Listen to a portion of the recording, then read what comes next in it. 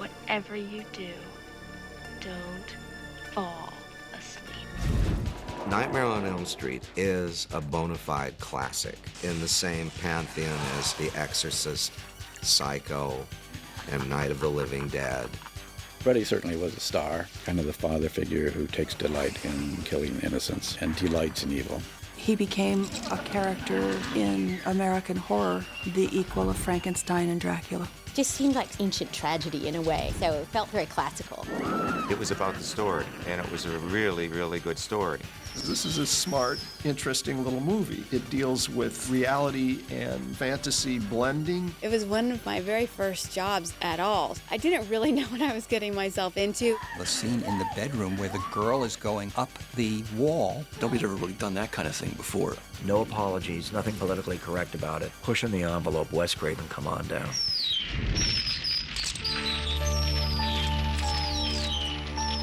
Gonna get you.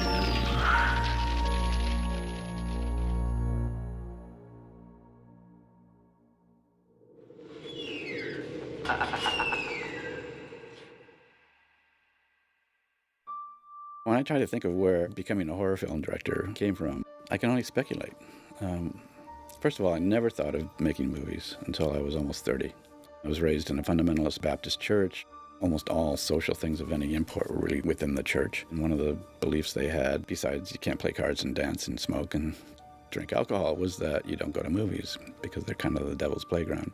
My father was buried in 45, somewhere around my 6th birthday. The few memories that I have of my father, I was really scared of him. He had an explosive temper, and you had the feeling like he could kill you at any time. It was just, one of those kind of guys. My first year in college, I came down with this very strange, unexpected paralysis. And during that time, when I came fairly close to death, I started writing poetry. That and my love of books and novels started going into writing short stories and things like that, but none of them were, about horror.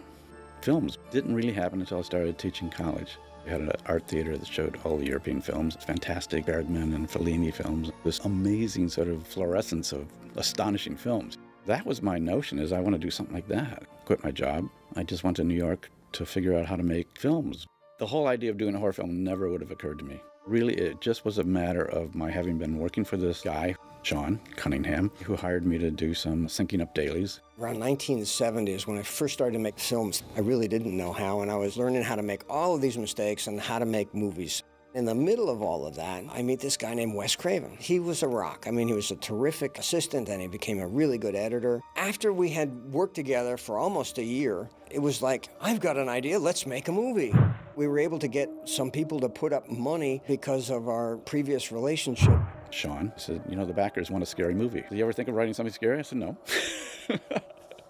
He said, well, go write something scary, and if they like it, you can direct it. On a weekend, in 3 days, I wrote Last House on the Left. Kind of a raucous, balls to the walls, escape criminals doing horrible things movie. The picture turned out to be very, very strong. You got to see Wes's special sensitivity for this scary, dark arena. I don't think Sean or I thought that anybody would really see it. When it opened, it kind of created a sensation, and there were riots and protests, and people tried to get into the projection booth to destroy it. I felt like, hey, maybe we got something here. After Last House was released, Wes felt that he had his sample reel and had a kind of a hit movie. Actually, after Last House, I didn't make another film for, I think, almost 5 years because I was trying to do other kinds of films. And then at a certain point, my friend said, I can get you money to make a scary movie, write something else scary. And that became Hills of Eyes. The Hills Have Eyes, another sort of strange, stark, semi-horror thing which he was able to get done. And at the same time, Wes had moved to California, was trying to make his career here and got to do a couple of movies. Wes became a successful director, but he's still haunted by this idea of going back and trying to do this special movie. Nightmare was written after I'd done 2 films back to back. I had made enough money on them to take 6 months off. So I basically took 6 months off and wrote and refined the script, Nightmare on Elm Street. Nightmare on Elm Street as a story seems to have its roots in these articles in the Los Angeles Times. The first article was about a young man, Asian descent, dying in the middle of a nightmare. He and the family had come out of relocation camps in Southeast Asia during the time of Pol Pot, when hundreds of thousands of people were just being slaughtered. About a year later, there was a second article. Then about 6 months later, the third, and the third one just got me.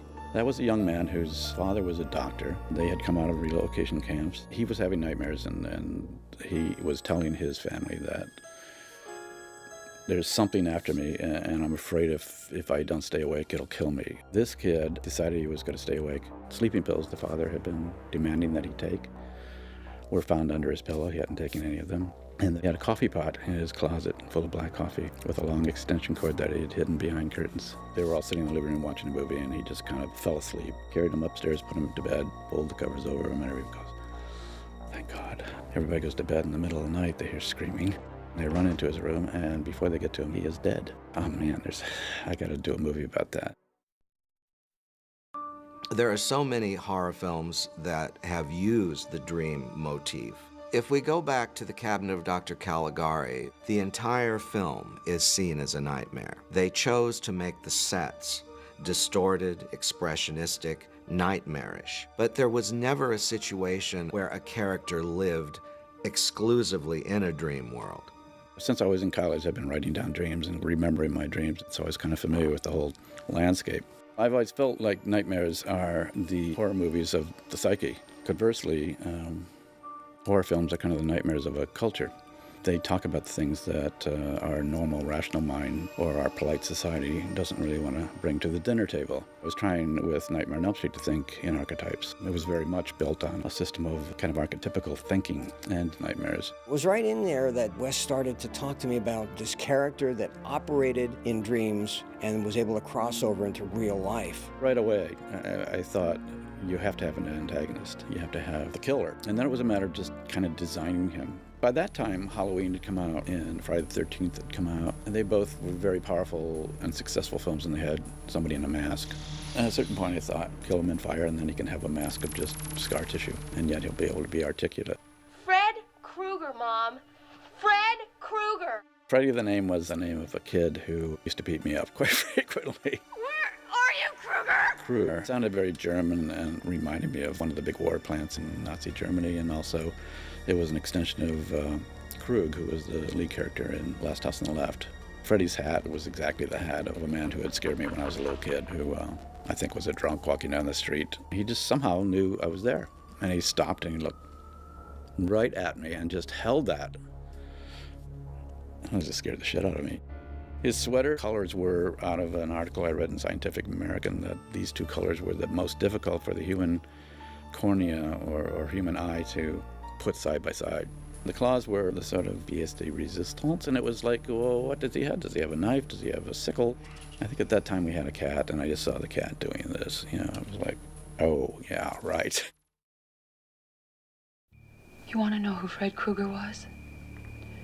He was a filthy child murderer who killed at least 20 kids in the neighborhood. The worst crime imaginable to me is to harm a child. The fact that he was a child murderer and a child molester was just about the most loathsome creature I could imagine on the level of what he did. The big problem was, how do you fight somebody like that? It became a matter of having a central character, Nancy, that dared to go into the nightmares, go into his territory.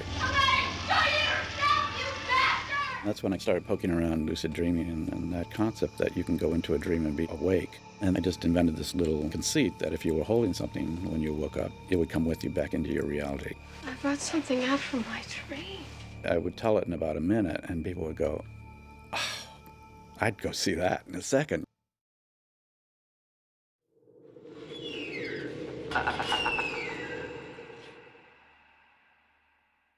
In the early 80s, I think Wes had his first draft of the script, and the agent had shopped it around. Most people just said, I don't know if it'll work. I just don't you have anything else? The only person that believed in it was Bob Shaye. Bob was running New Line Pictures, which I think at the time was a 16mm distribution company. At that time, Bob Shaye and New Line Cinema were a tiny little, almost a storefront in lower Manhattan. That wasn't who I wanted to, make the movie for 10 cents, so it went around to Hollywood too, but nobody got it except Bob. I said I thought that sounded fantastic because it had an element that I'm always looking for, which is something that all audiences can relate to. Everybody, of course, could relate to scary dreams and nightmares. Bob absolutely believed that Wes was onto something, and he wanted a shot at the big time. The bad news is Bob didn't have any money. He spent months and months, if not years, trying to get the money together to shoot this movie. with great pain and suffering, I will tell you that. As much the pain and suffering you go through making a film is nowhere near the pain and suffering you go through financing it. In this case, I had to raise all the money outside. He raised the money basically, I'm sure, from his own money, and I'm sure from friends and family. And then he was looking for the major investor. Smart Egg was going to advance him $1 million for the picture. A week later, he called me and said they dropped out. Just about 2 weeks before we started shooting, he basically said, "You guys should all just go home and I'll call you if I find money." And it was like, oh man, so close, you know. Bob told me, go back to LA and tell everyone that they're gonna have to just work for free for a while. John Burroughs, our line producer, put up his own money. I'll use my credit card and I'll pay the crew. It was like $8,000 or $9,000. I remember at that time, Bob has a thing about fingernails and kind of digging at them, and I looked over and they were all just bloody, and I realized the incredible amount of stress that comes from raising money and trying to get back into a picture. Somehow he found the money. We had one final meeting with Media Home Entertainment, a guy named Joe Wolf who owned that company, and they were big home video distributors. Finally made a deal where Joe Wolf could take over the whole movie if I didn't get my commitment together in 3 or 4 weeks. I managed to go to the Smart Egg guy and browbeat him into agreeing to put up the last few $100,000. Bob didn't like it, but he had to take it. He was stuck. We went ahead and made the picture, but Bob will always remember that he was really giving his blood. You know, he said, "John, I hate it, I hate it, I hate it." The casting director was Annette Benson. She started bringing in people for Wyss to talk to. You know, you make a lot of decisions when you start off on a film in casting that you're going to be married to, and if you make one wrong decision, it can just kill the film. Nancy was played by this young woman who walked into the casting office, Heather Langenkamp. There was just nothing pretentious about her, but she was smart. She had an open face. She had a strong face. I remember the interview really well because it was the scene where I'm describing how my dream had this guy in it with fingernails, and I remember, you know, making that sound. Nancy. I remember looking at Wyss, and I could tell he really liked it. He knew immediately that Heather was the right look, because he wanted a young girl who was smart looking, obviously pretty, vulnerable, but clearly had a good head on her shoulders. I'm into survival. The character that I love the most and have identified with the most is Nancy Thompson. She had a great sense that she could solve problems without anybody's help at all. I try to be like her, actually.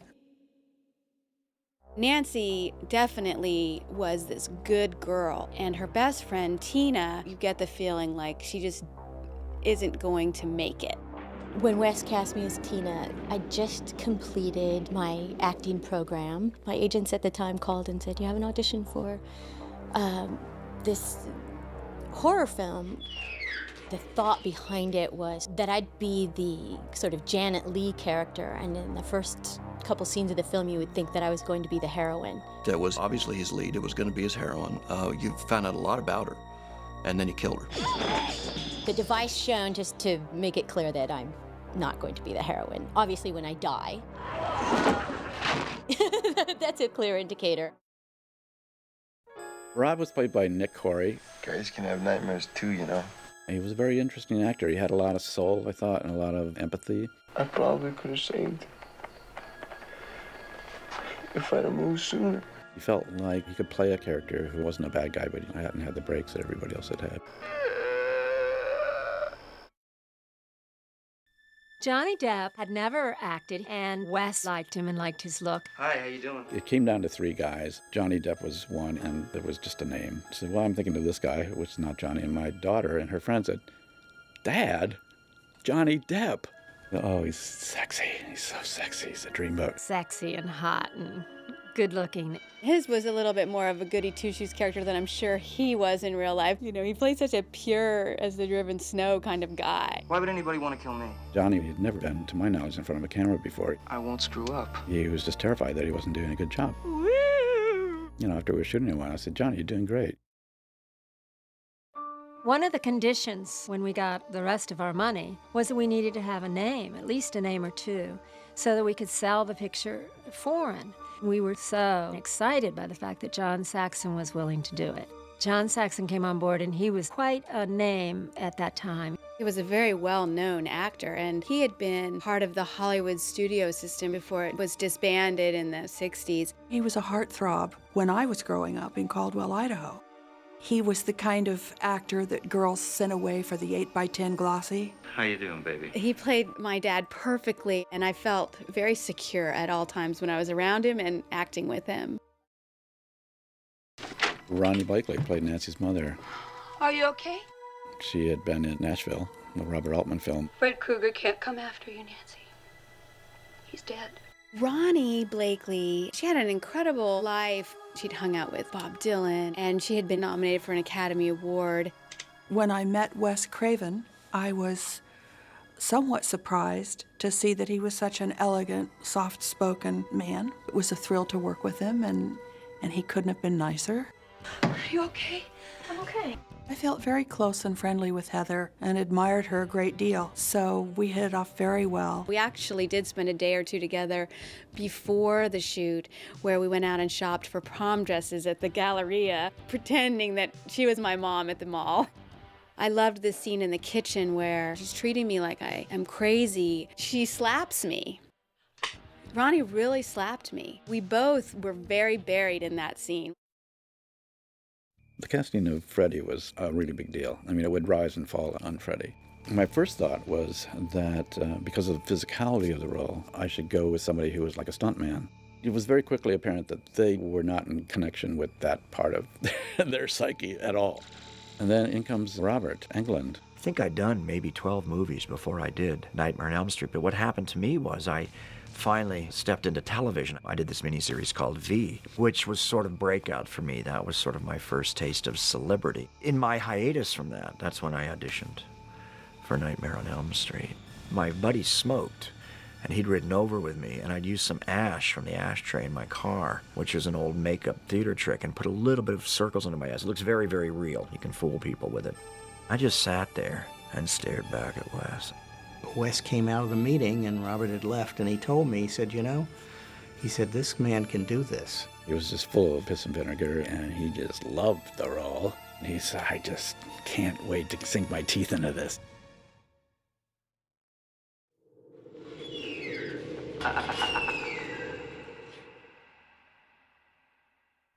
When Wes started to shoot Nightmare, there was enormous pressure on him because he had believed in it for so long, and now it was sort of like put up or shut up. And he was working with an insufficient budget and a very short shooting schedule, trying to figure out how to do it. I think we had something like 32 days. It was tight. It was very, very tight. You know, as a director, you just never know whether you can cram all of that, 10 pounds of stuff into a 5-pound bag. It was a small-budget movie that pretended to be a big-budget movie with multi-units. We did not have a lot of time for what we had to do. But we found very talented people who were willing to work for the money we had and were able to take a few $1,000s and turn it into a bed spurting blood or something like that. Cinematographer was Jacques Haken, an absolute perfectionist. He wore an eye patch when he was shooting, and when we asked him why he did that, he said, because I don't want to close my eye, but I don't want any distraction, so the eye that was not to the lens had an eye patch. He was one of these cameramen that in the screening room when we ran the dailies, he'd run up to the screen from his seat. Oh my God, look at the lighting over here in this corner. But his work was good. His work was beautiful. Wes had dreamt up all kinds of weird things, and he would get together with Haken. He and Wes were working very tightly together to get what they wanted. We do plan shots. There's a lot of storyboarding involved, and it's very premeditated. But you still have to leave room open for free thinking. You see a hand and your eye is drawn to it. There's your close-up of the glove. And watch Robert Englund, sort of flip out in that makeup and go, where's the heat? And make sure we get that on the film. The shooting was done at Desilu Studios, what used to be the old Desilu that some independent equipment house had purchased. We rented the space, and we actually built the whole house on the stage, first and second floor. Then we shot in West Hollywood. There's a wonderful little street called Genesee that when you pull onto it, it's like you're in the Midwest. It just has beautiful overarching trees. So that was our exterior location. It's a very noticeable house. I do remember it really vividly. A lot of the scenes at that front door and the rose bushes and the trellis, I do hope those people forgave us for anything that we broke. The neighborhood was very upset at us. There wasn't too many films going around on the streets in those days. Then they became interested in the picture when they saw us shooting at night and when Freddy was out walking around. Oh, look at him, there he is, there he is. I told you, what a gruesome. And so we were starting to get crowds coming around. And then we shot in Venice, California, some of the back alley stuff. I've often thought, I wonder what all those neighbors thought in the middle of the night, because I was screaming at the top of my lungs running down this alley. The boiler room was a power plant of the Lincoln Heights jail. We went down and looked at the basement, and it was just perfect. We looked at a lot of boiler rooms. Most of them were very clean and kind of, contemporary, and I wanted something very dungeon-like. And this one just fit the bill. It was just creepy. I mean, it was clearly a place filled with so much anguished emotion. God only knows what happened in there.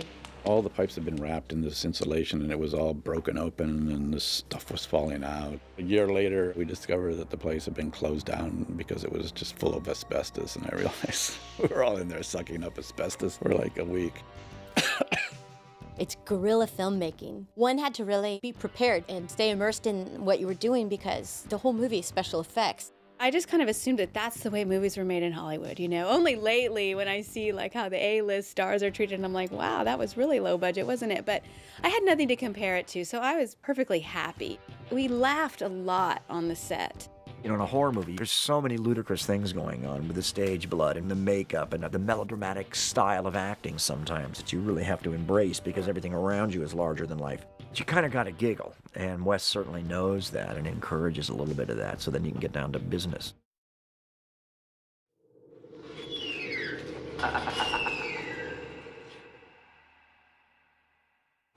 Freddy's makeup, of course.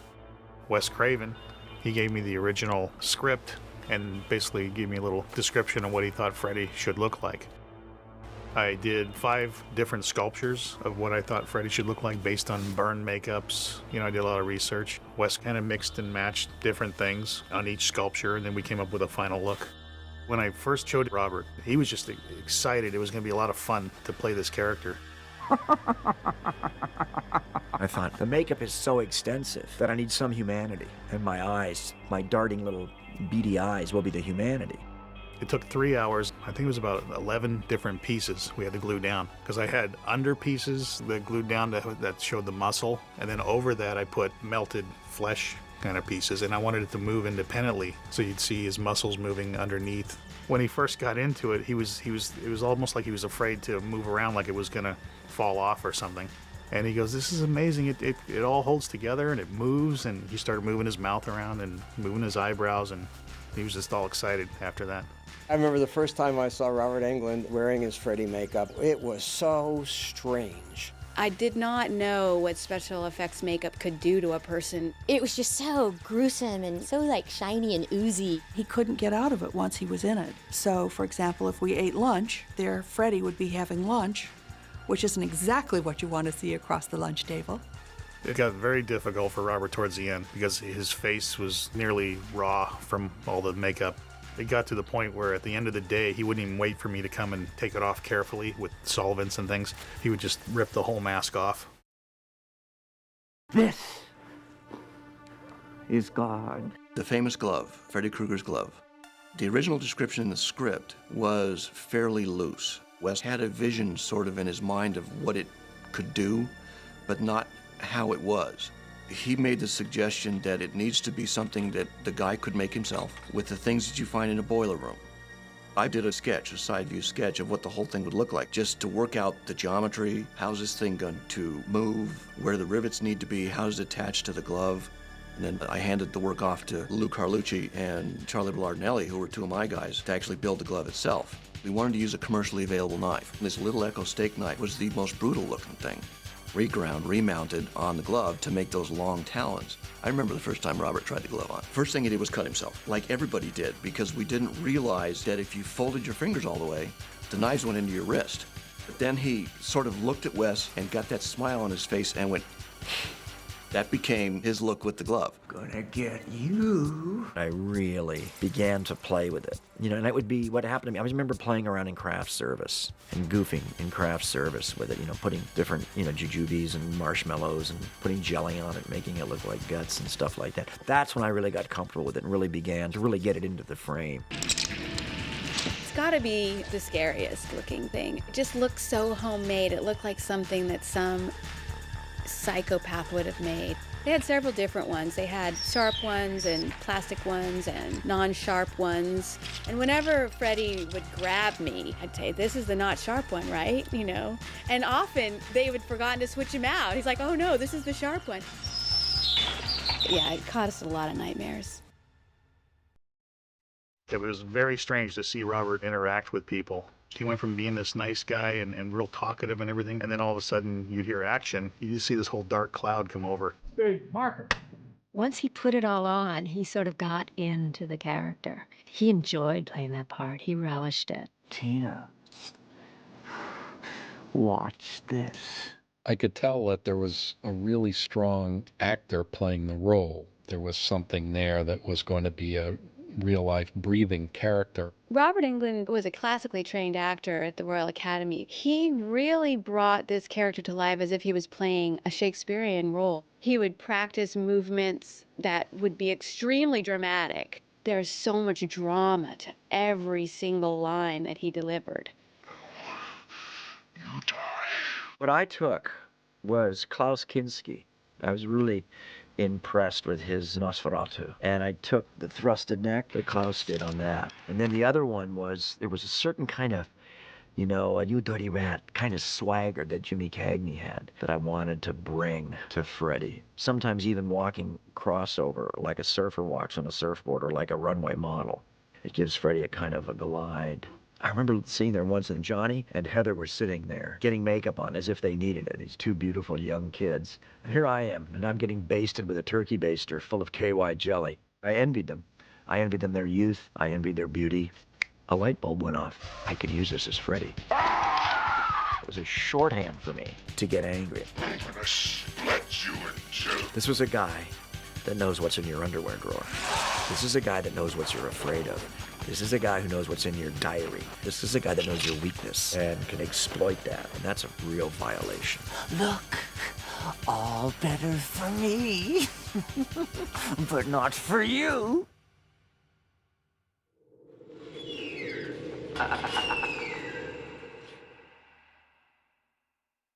Wes Craven had a tremendous mind for effects. He was so good. I could sit there and he'd tell me what he's going to do, and I'd say, well, we can't shoot that, Wes. We can't.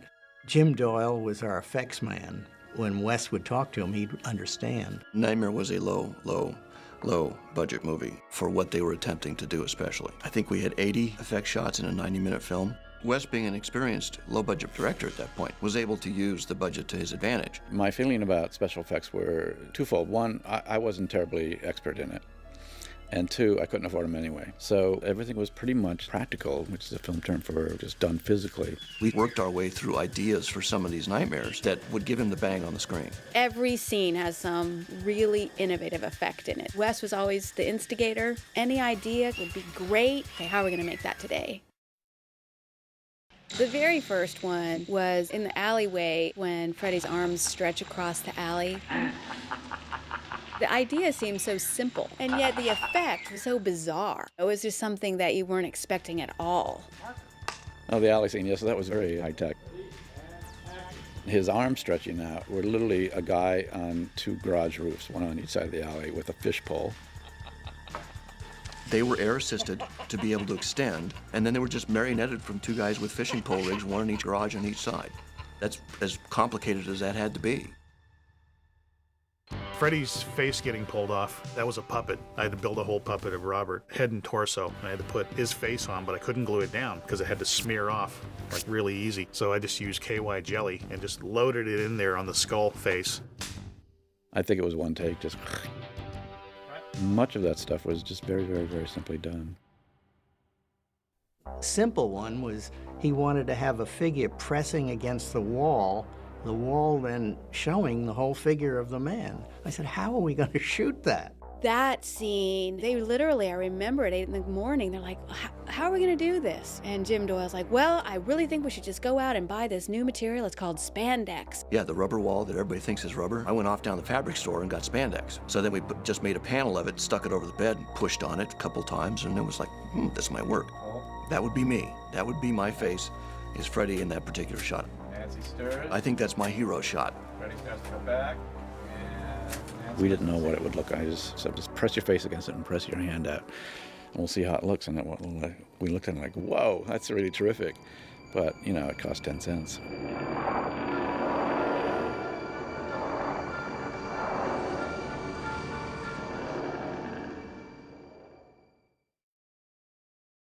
Of course, the bathtub scene, which is probably people's favorite scene.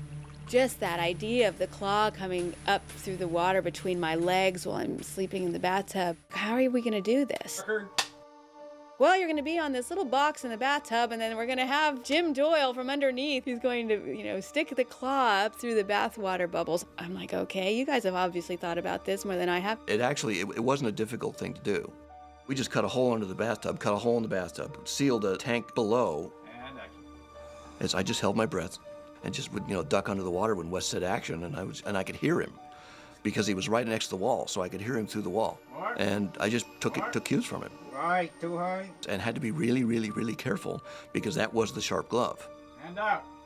I loathe to admit that's not me between Heather's legs in the tub. That's Jim Doyle again, working 24/7. No, get up, Jim. Ready. Okay. Jim, ready? Take your breath. Okay, you ready? As soon as he's under, I'll start. Yell action, I guess. As soon as you're ready, Jim. Action. Underwater. That was all done at a pool with black plastic sheeting so that you couldn't tell how deep the pool was. It looked like it went forever down there. We all went under that Viz Queen on the scuba equipment. We all thought we were going to drown. We all just thought this is the most dangerous thing we've ever done. There's some props that the special effects guys bring onto the set. I think Wes invents these kinds of things to just get me. I have to get over that, and it usually takes me a couple of minutes. I was in the lab one day putting the phone together with the mouth and the mechanical tongue. It was a cable-operated tongue device, so he could make it go up or down, left and right, and pull it in and out. It was just like a simple prop, you know, and all it did was just that. Then when I saw how it worked, and I saw the line that was going to be read, I knew that that would become one of the most famous lines from the movie. It just had all the ingredients of being one of those great movie lines. The thing I walked away the most from the entire film was that I felt that it was a film about blood. No!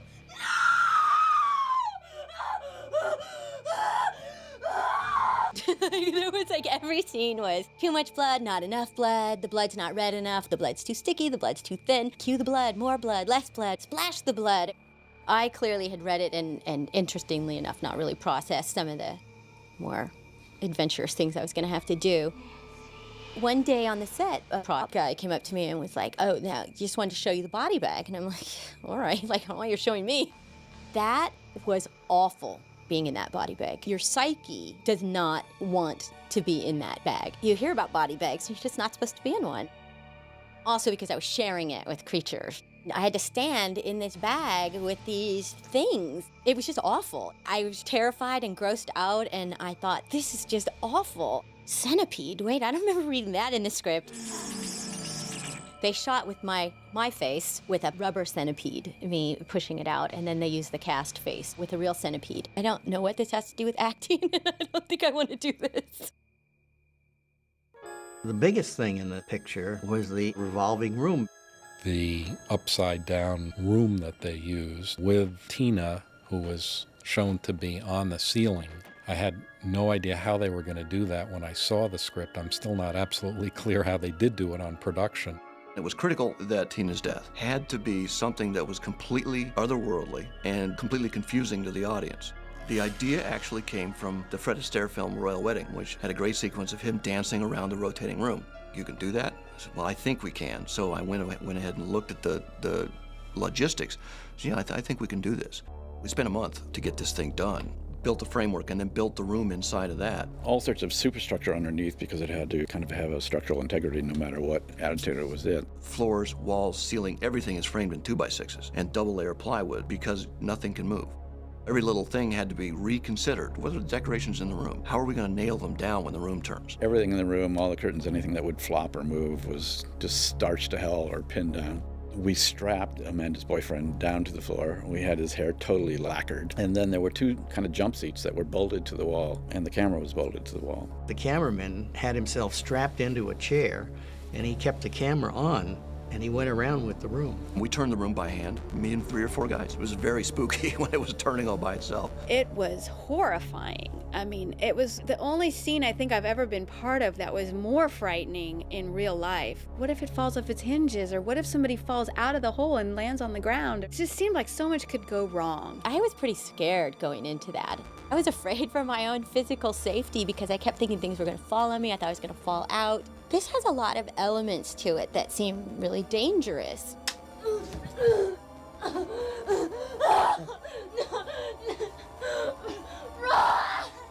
We shot the whole sequence and just dragged Amanda up the wall. It just was the spookiest thing in the world.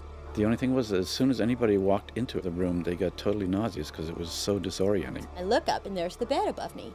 Completely freak out. I get complete and utter vertigo and I start to feel that I'm falling. Wes's head comes through this hole in the floor and he's like, look, I am standing on the floor. This is my head. You're on the floor. You're looking right at me. Amanda, this is down, this is up, this is down, this is up, just before the take.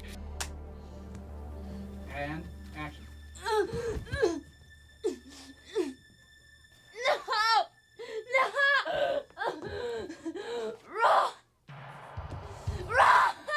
Just the most bizarre thing I've ever been asked to do.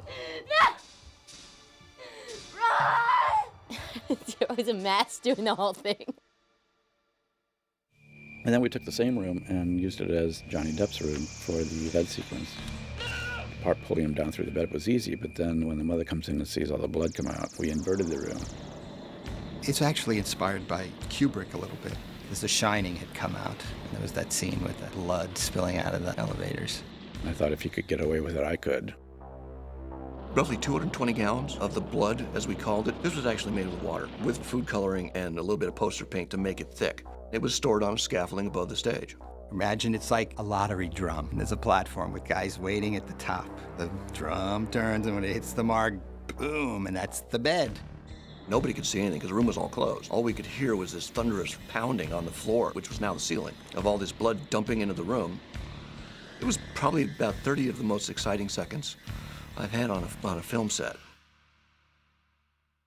The stunt coordinator was Tony Caesar.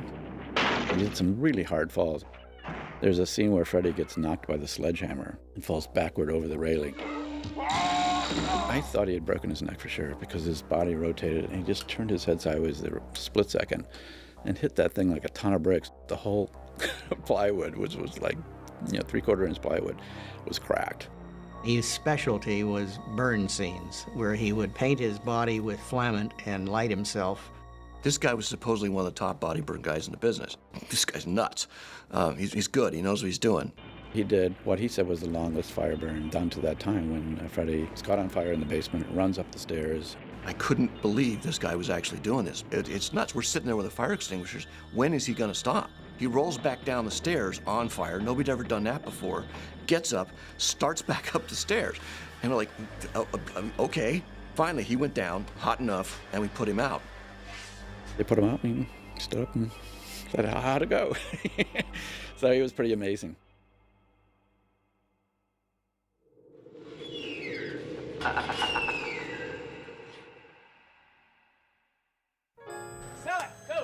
At the end, as we were finally winding down, and I'm sure the money was running out, there were some days where there were some extra people on the set kind of looking at us, and I got the sense like, okay, these must be money people, and they must be nervous that we're not done yet. In the middle of all of this, I was talking to Wyss and asking him how it was going, and he was telling me about the shortage of time and money and so on, and I volunteered to come in and try to shoot second unit to pick up shots, and I said, look, just tell me what you need, and I'll go try to get the shots. You'd work for 12 or 14 or 15 hours, and you wouldn't get everything that was on the call sheet. My day-to-day concerns were keeping people working. We had growing discontent with the crew because we were falling behind. I asked Bob, what do I do? I've never produced before. I've never represented a studio on a production. Bob said, just keep pacing back and forth, looking at your watch, and sign. One day, we were doing an inside scene where I was running through the alley and I'm being pursued by Freddy. Cut my foot open. And I remember Bob Shaye going like, do you really have to go to the hospital and get stitches? I'm like, I think I do. Oh, this actress, God. So what? Her foot is bleeding a little bit. The scene where Heather puts her foot in the carpet and it sinks through, that was one of my dreams, one of the horrible dreams that I had had when I was a kid. Wyss said, okay, Bob, this is your idea. If you think it's so great, why don't you direct this scene? Yeah, well, no, it was one of the times that Bob visited the set, and it was towards the end, very, very end of the shoot, and I think it was about the time he was getting ready to pull the plug. Bob was standing right behind me saying, you got to shoot, you can't do that, cut this scene. I said, Bob, why don't you direct it? Wyss deigned to let me do it, mostly because if somebody didn't do it, it wouldn't have happened, and I thought it was an important part in the movie. The ending of the film was a huge conundrum. Wyss wanted Heather to come out of the house, turn to her mother and say, well, God, I had this very strange dream last night, and then go off to school. But I didn't think as a commercial matter, it was the kind of thing that was going to work. In the good horror films I've seen, there's always a twist at the end that scares you a lot. I begged him to write some kind of twist. There you go, ready, and action. Bob wanted a car to pull up and Nancy to get into it and then see Freddy at the wheel. We had a lot of arguments about that. Wyss said, that's terrible. It's really bad. You're screwing up the whole thing. And so he tried, and I tried, and we all were working on different things. It is a little disconcerting shooting all sorts of different endings as an actor. Who's in charge here? You know, let's just make an ending. Let's just get this over with. Bob wanted to have a hook for a sequel. I thought it was demeaning to the picture, didn't need it, and all those things. But I have to say, was very grateful to Bob for making the picture possible. So we reached a compromise. Freddy wouldn't be driving, but the car itself would have Freddy's stripes. And then you cut to the mother, which is one of my favorite things. Bob, we have to have this last shot of, pulling Ronnie Blakely through the door. You don't need that shot. Give us one shot. Okay, you can have one shot. And so we rolled, and that thing just flew through that. I don't know how they did it, but, it was one take, and we were out of there. We shut down, and that was it. The editing was done in New York. That was obviously because we didn't even have an office out here at this point. The first time I saw the film, Bob and the editor and I sat in a screening room, and they rolled the film. Film finished, and the lights came up, and there was a long pause, and then Bob turned around, put his arm over the chair. I'll never forget this, and looked at me and said, do you think there's a film there at all? I said, yeah. I think we cut for, 4 or 5 weeks. Suddenly this terrific film emerged. It was intense, but very, very exciting. The big challenge was how much to show of him physically. We didn't want to overdo it in terms of the scary thing in the movie being too much in your face. And of course his voice was so good as well that he was able to create tension without seeing him. One of the really effective things about this movie is that when you're shifting between the nightmares and dreams and actual reality, it's not that obvious. I thought it was great what Wyss was doing because half the time I couldn't tell what was a dream and what was reality, even in the dailies. It fed in beautifully into what we tried to do editorially, which was kind of seamlessly go from reality into dreams. I think it played into the movie in a really wonderful way so that often you wouldn't quite know where you were. The sound of Freddy's fingers rubbing on metal. Wyss spent quite a bit of time with the sound editors getting just the kind of sound that would make your spine tingle. Then we hired a composer, Charles Bernstein, who turned out to be brilliant. This was a very low-budget situation. So our early conversations were kind of about how we were going to do this thing on very little money. I suggested to Wyss, maybe I'll do this thing at home, and I'll play all the instruments, and I'll sing all the parts. I think I can do this thing without an orchestra. I want to have a theme to the music that is unmistakable and that we can have reoccurring throughout. And I'd written this little doggerel thing in the film, 1, 2, Freddy's coming for you, 3, 4, better lock your door. I said, maybe you could set that to music. Da, da, da, da. 1, 2, Freddy's coming for you. It's very thematic, but I wanted it to have a melody. Da da dee da da da da da da da. We had to deal with the rating board, which made us cut some things they didn't like. You know, I tend to block bad memories, but I do remember that the whole blood coming out of the bed had to be cut short. And I know that we had to cut short Amanda when she hit the bed. There was a big splash of blood. They made us cut that off very short. It was extremely painful to have to do that. I still, to this day, hate that sort of censorship. I really started getting excited when we took the film to MIFED in Milan, which is a foreign film sales convention. All of the skeptical investors and home video people and all the yada, all of a sudden they would get very quiet when they walked out. Everybody had a sense that this was a film that was really going to work. Everything is together. We've got a release date. Publicity was out and the TV spots and everything had been done. It was a big deal for us. The week before we were supposed to open, the lab we were using wouldn't release the negative because they hadn't been paid. We didn't have the money to pay them. Bob somehow worked out some kind of deal to pay the lab all of their costs. Bob got the movie made because otherwise there would have been no prints on the screen.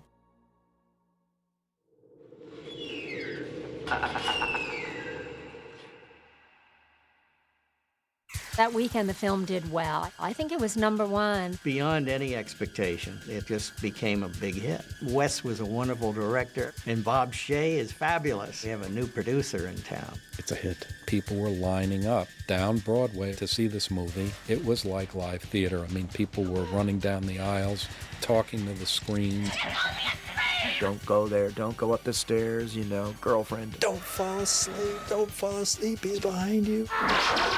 They were seeing something that they had never seen before. It was a confirmation of all these things that Wyss had been trying to make people understand for years. He was so right. As it played, its reputation grew. All over the country. It wasn't just a New York movie or a Los Angeles movie. Nightmare on Elm Street played for everybody in all cultures because everybody has to fall asleep at night. It became a cultural phenomenon. I did a show once with Robert, and as soon as Robert walked out, the kids stood up and started chanting, "Freddy, Freddy." I have never liked him in the way that his fans liked him. I always felt like he was like the sickest, most depraved, disgusting, evil, devil character. That's what's wrong with our world. Are the Freddy Kruegers in our world. I was watching television one night, and the President of the United States referred to Freddy Krueger. The truth is that when you take a walk down our opposition's memory lane, it starts to look like Nightmare on Elm Street. It's become part of the culture. You have no control over that, and it goes where it's going to go. Through video, it had such a huge following. That's when people would come up to me and I was like, oh my gosh. There's millions of fans now. They just love every single moment of that film and they've memorized every line. This is just a dream, this isn't real. And then there's girls who really love Nancy and are inspired by her strength. It's just amazing to me. I don't think it's an accident that A Nightmare on Elm Street would come to be made in the mid-'80s. We had AIDS, we had an economy that was going to collapse, and in the midst of this you get this vision. All right, we're going to show you Elm Street. It's the disintegrating middle class, the single parents and alcoholic parents and neglectful parents. Freddy's punishing white bread America. This is a film about people being put in jeopardy by lies. You knew about him all this time? And you've been acting like it was something I made up? Freddy wants to destroy you because you are innocent in your youth and you have your whole life ahead of you. Freddy kind of spits the last minutes of adolescence back in the faces of his victims. You die. Freddy Krueger is in everybody's mind, the boogeyman. You think of Freddy Krueger. I always think Freddy's in the parking lot when I'm walking in my car at night. You know, I hear an elevator and I think Freddy's gonna step out of it. I dream of Freddy all the time. It's a terrible thing. It's a terrible thing.